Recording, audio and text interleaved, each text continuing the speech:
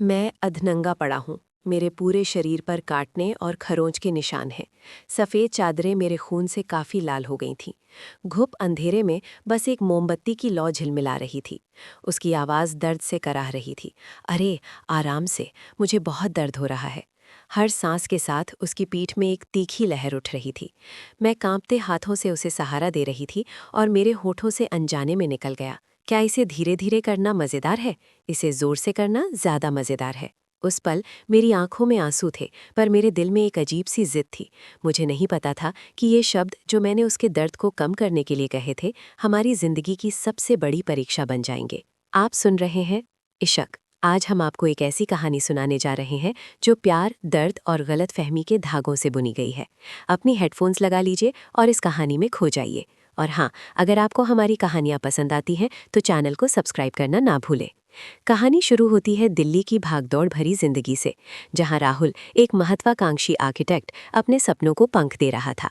उसके दिल में कुछ कर गुजरने की आग थी और उसकी आंखों में चमक ऐसी थी जो किसी भी चुनौती को मात दे सकती थी। वहीं मुंबई की चकाचौंध में प्रिया, एक बेहद प्रतिभाशाली इंटीरियर डिजाइनर, अपने कलात्मक हुनर से लोगों के घरों को नया जीवन दे रही थी। वो शांत, संयमित और अपने काम के प्रति पूरी तरह समर्पित थी।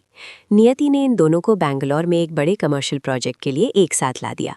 पहली मुलाकात किसी रोमांटिक फिल्म के सीन से कम नहीं थी। राहुल अपनी धुन में मीटिंग रूम में देर से पहुंचा और प्रिया, जो पहले से ही इंतजार कर रही थी, अपनी भौहें चढ़ाए उसे देख रही थी।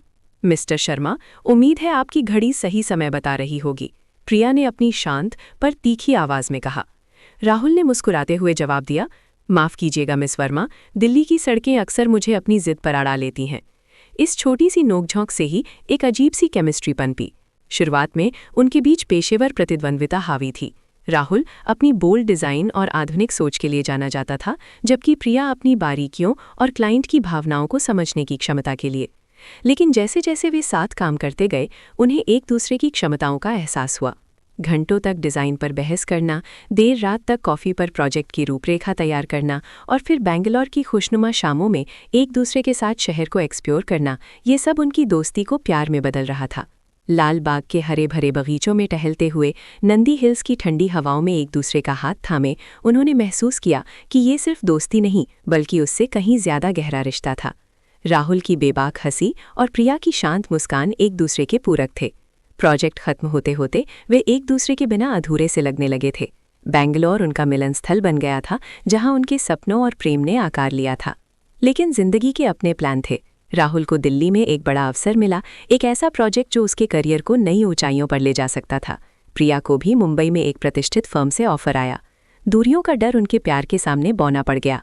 उन्होंने लॉन्ग डिस्टेंस रिलेशनशिप का फैसला किया, ये जानते हुए कि ये आसान नहीं होगा। शुरुआत में सब ठीक था, वीडियो कॉल, वीकेंड पर मिलने की योजनाएं, एक दूसरे को सरप्राइज देना। उन्होंने हर संभव कोशिश की अपने रिश्ते को मजबूत बनाए रखने की। दिल्ली से मुंबई की उड़ानें उनके लिए आम बात हो गई थी। कभी राहुल प्रिया से मिलने मुंबई पहुंच जाता, तो कभी प्रिया दिल्ली के सड़कों पर राहुल का हाथ थामे घूमती नजर आती। वे एक दूसरे के परिवारों से मिले, दोस्तों से मिले और हर किसी ने उनकी जोड़ी को सराहा। लेकिन धीरे धीरे व्यस्तता और जिम्मेदारियों का बोझ उनके रिश्ते पर भारी पड़ने लगा। राहुल अपने नए प्रोजेक्ट में पूरी तरह डूब गया था। देर रात तक काम करना, मीटिंग्स, क्लाइंट डीलिंग्स, उसने अपनी सारी ऊर्जा उसी में झोंकती थी। प्रिया भी अपने काम में व्यस्त थी, लेकिन उसे राहुल की कमी हर पल खलती थी। उनकी बातचीत कम हो गई, वीडियो कॉल सिर्फ 5 मिनट के अपडेट तक सीमित रह गई और वीकेंड पर मिलने की योजनाएं अक्सर राहुल की व्यस्तता के कारण रद्द हो जाती थीं। एक दिन राहुल को कोलकाता में एक और बड़ा लेकिन बेहद चुनौतीपूर्ण प्रोजेक्ट मिला। ये प्रोजेक्ट उसके करियर का टर्निंग पॉइंट था, लेकिन इसमें जान झोंकनी पड़ती। उसने ये बात प्रिया को बताई। उसकी आवाज़ में एक अजीब सा उत्साह और घबराहट थी। प्रिया ने उसे पूरा समर्थन दिया, लेकिन उसके दिल में एक डर बैठ गया था, क्या ये प्रोजेक्ट उन्हें और दूर कर देगा। राहुल कोलकाता चला गया और वहाँ की नई चुनौतियाँ, काम का अथाह दबाव और एक नए शहर में एडजस्ट होने की कोशिश में वो पूरी तरह से खो गया। वो अपने स्वास्थ्य का ध्यान रखना भूल गया था और प्रिया के लिए समय निकालना तो जैसे असंभव सा हो गया था। प्रिया चिंतित थी। राहुल के फ़ोन अब सिर्फ टेक्स्ट मैसेज तक सीमित रह गए थे और उसकी आवाज़ में हमेशा थकान और चिड़चिड़ापन होता था। प्रिया ने फैसला किया कि वो राहुल को सरप्राइज़ देने कोलकाता जाएगी। उसने अपनी छुट्टियां ली, उसे बताए बिना टिकट बुक किया और एक दिन सुबह सुबह कोलकाता पहुंच गई। उसने राहुल को फ़ोन किया लेकिन उसने उठाया नहीं। प्रिया को पता था कि राहुल का अस्थायी ऑफिस कहाँ था। वो टैक्सी लेकर सीधे वहाँ पहुंची। ऑफिस एक पुरानी इमारत में था जो मरम्मत का इंतज़ार कर रही थी। अंदर का माहौल अस्त व्यस्त था। डिज़ाइन पेपर्स चारों ओर बिखरे हुए थे और कुछ इंजीनियर लैपटॉप पर झुके हुए थे। राहुल अपनी डेस्क पर बैठा था। उसकी पीठ कंप्यूटर स्क्रीन की ओर थी। वो किसी गहरी सोच में डूबा हुआ था और उसके चेहरे पर थकान साफ झलक रही थी। उसकी शर्ट पसीने से भीगी हुई थी और उसके बाल बिखरे हुए थे। प्रिया ने धीरे से दरवाज़ा खोला और अंदर दाखिल हुई। किसी ने उसे नोटिस नहीं किया। वो राहुल के पीछे जाकर खड़ी हो गई। उसके कंधे झुके हुए थे और वो एक हाथ से अपनी पीठ पकड़े हुए था। प्रिया ने धीरे से उसके कंधे पर हाथ रखा। राहुल चौंक गया और तेजी से मुड़ा। उसकी आंखों में पहले हैरानी थी, फिर खुशी और फिर एक अजीब सी शर्मिंदगी। प्रिया, तुम यहाँ क्या कर रही हो?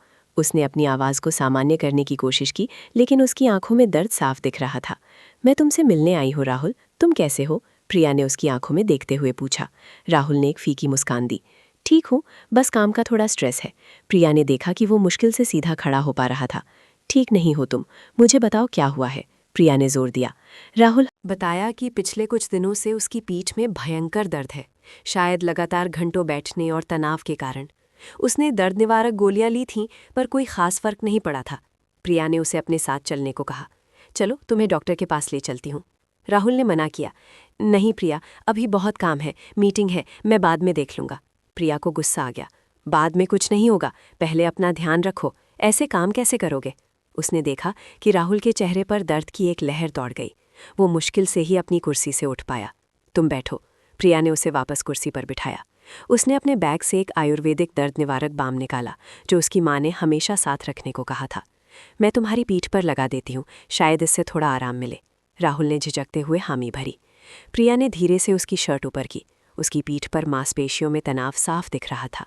प्रिया ने बाम हाथों में लिया और धीरे धीरे उसकी पीठ पर मलने लगी। बाम ठंडा था और राहुल की दर्द भरी मांसपेशियों को छूते ही वो सहर उठा। अरे आराम से, मुझे बहुत दर्द हो रहा है।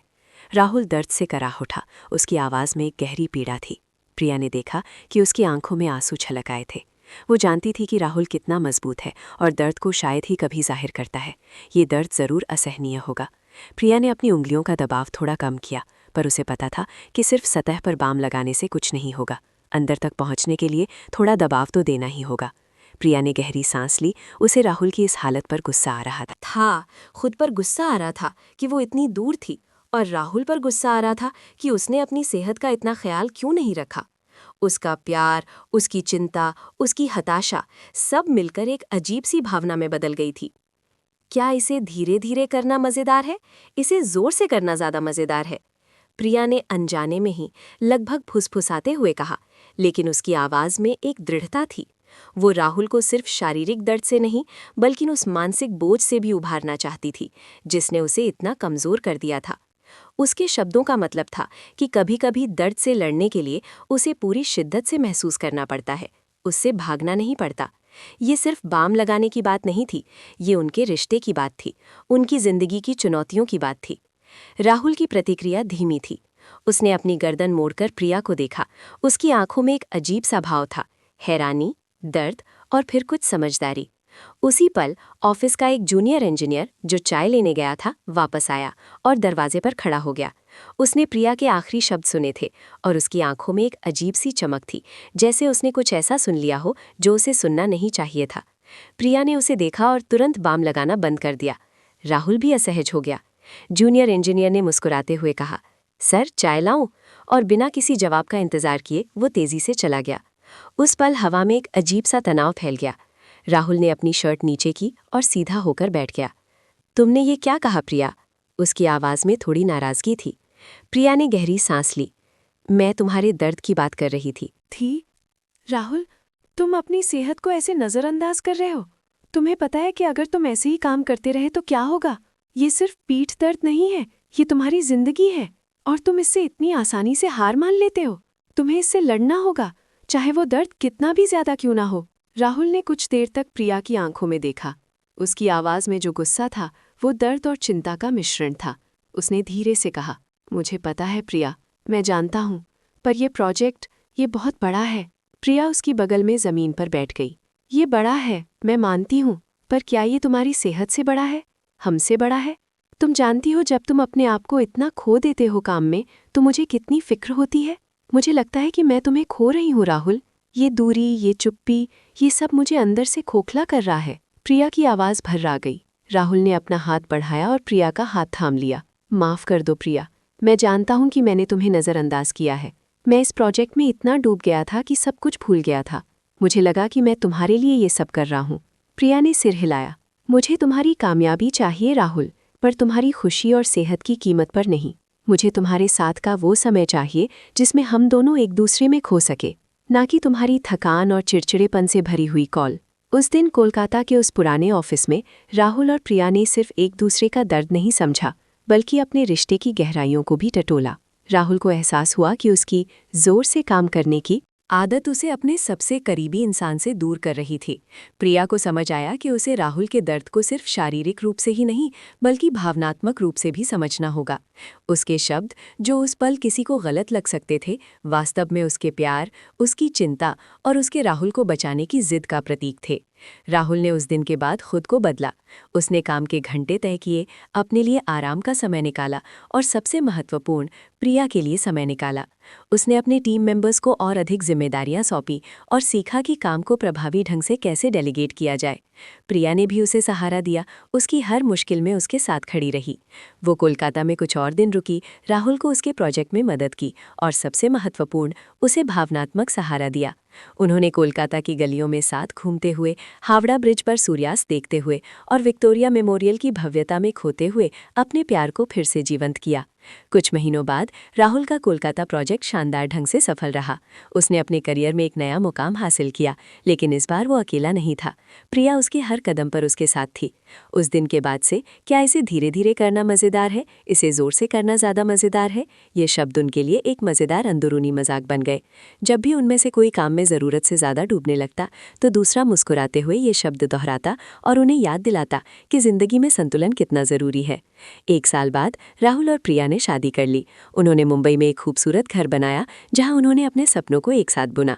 उन्होंने सीखा था कि प्यार में सिर्फ जुनून ही नहीं, बल्कि समझदारी, धैर्य और एक दूसरे की कमियों को स्वीकार करना भी जरूरी है। कभी कभी दर्द से भरा एक पल भी अगर सही ढंग से समझा जाए तो वो रिश्ते को और भी मजबूत बना सकता है। उनकी कहानी इस बात का प्रमाण थी कि सच्चा प्यार हर चुनौती का सामना कर सकता है, चाहे वो दूरी हो, काम का दबाव हो या एक छोटे से वाक्य की गलतफहमी हो। वे अब जानते थे कि जिंदगी को धीरे धीरे भी जीना चाहिए और जब जरूरी हो तो जोर से भी, पर हमेशा एक दूसरे का हाथ थामें। अगर आपको ये कहानी पसंद आई तो इसे लाइक करें, कमेंट करके अपने विचार साझा करें और परवी को सब्सक्राइब करना ना भूलें। हम जल्द ही मिलेंगे एक नई कहानी के साथ।